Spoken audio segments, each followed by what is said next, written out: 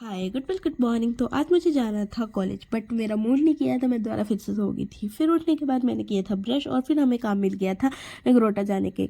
मतलब अभी मैं नहा के निकली थी, गिले बाल थे और मैं चली गई थी नगरोटा क्योंकि हमें लाने थे करू, कुछ पूजा थी तो उसके लिए।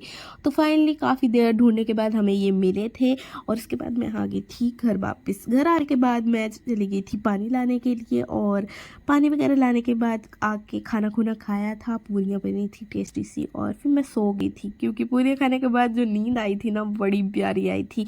और मतलब इतनी प्यारी नींद आई थी ना कि मेरी सारी थकान मिट गई थी। और काफ़ी देर सोने के बाद जब मैं उठी तो मुझे मैगी मिल चुकी थी खाने के लिए, मेरा भाई ले आया था, उसने बनाई थी।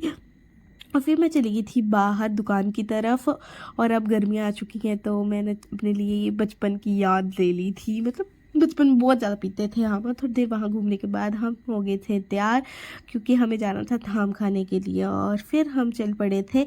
बट रास्ते में जो ये नदी है ना, इसको पार करना बड़ा कठिन था और ये छोटी सी गुड़िया में भी इतनी हिम्मत कि मेरे को करना है भाई।